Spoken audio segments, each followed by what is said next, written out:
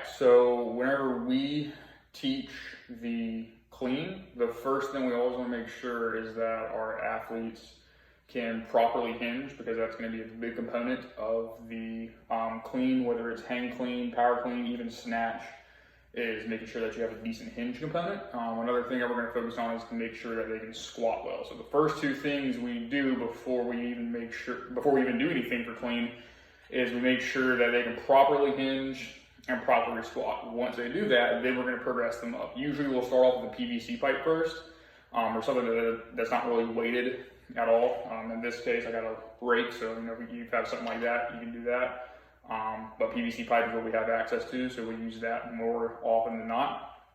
Once their form gets good with the PVC pipe, then we'll progress them into using the barbell and weights.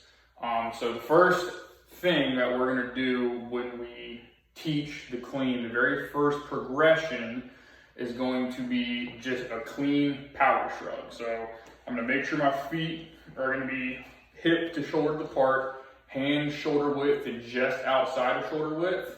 Have a little lax in the knee, a little bend in the knee. From this point, you're going to go to the top of the knee. You're going to keep your chest up, and from here, power shrug. So all you're going to do is come up and violently shrug your shoulders up. The next thing we're going to do is the hang jump shrug. So you're going to be here, and when you pull up, you're going to come up, and you're going to get onto your toes and bring it up and right back down. Sometimes we actually have a little jump in there, like a little hop. So boom, boom. That way they get used to getting off the ground a little bit. Once we go from there, then we will do a hang high pull. So again, back down to the top of the knee. Even if you want to train differently, you can go to below the knee, you can go to mid shin, whatever it may be. But we usually just go from the top of the knee, come up, boom, pull high. So in slow motion, it's going to be here, top of the knee. You're going to come up onto your toes a little bit, shrug up from here, bring it up. What we typically tell athletes is in this position, pretend you're like a scarecrow. Okay, so hands need to be lower than your elbows, like a scarecrow. All right. Once we get done doing the hang high pull, we'll then go to a hang muscle clean. So, and this is the biggest issue that we see where I'm at, is athletes usually can't catch well. So we try to get them into more of just a normal, getting used to getting under the bar and catching it.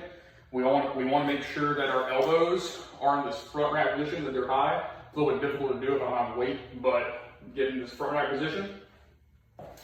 And they typically do one of these things where we'll come up and they'll bring it down like that. So the reason we do muscle clean is that way they can get used to doing a full catch properly. So we'll bring out on top of the knee, come up, boom. And we try to make sure to tell them kind of land in this semi-squatted position, okay?